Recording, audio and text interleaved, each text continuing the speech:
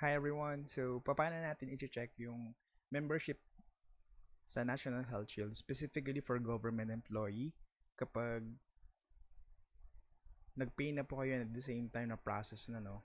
So, make sure lang to coordinate with your agent or sponsor.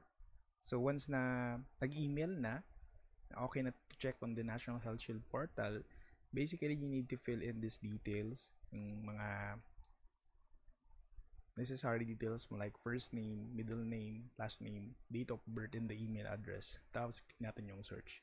So for this case, try natin mag-search dito.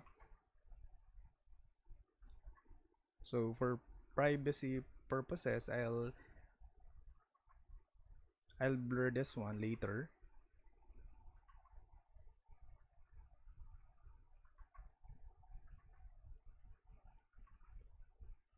And then for the birthday, just fill in this one.